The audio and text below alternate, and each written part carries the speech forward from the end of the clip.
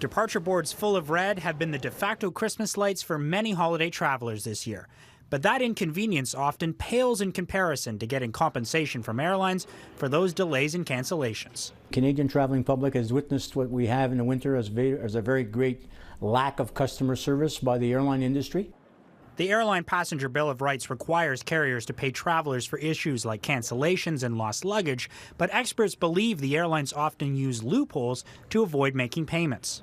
In some cases, airlines will claim falsely that crew shortage is somehow outside their control. When a passenger disagrees with an airline, they can file a complaint with the Canadian Transportation Agency, but the agency admits it could take a while. We've got 33,000 complaints in the backlog.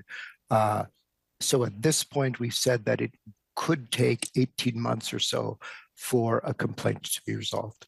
Adrienne Carter is still waiting for a resolution after she, her husband, and 3 young children were denied boarding flying home to Victoria last summer.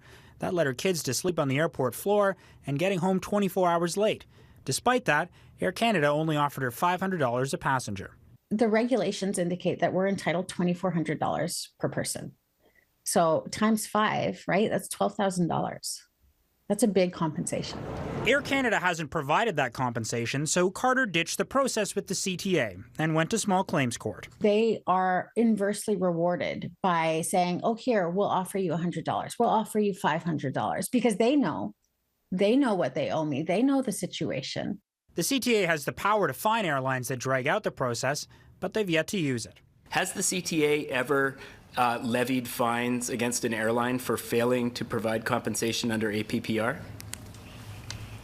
No.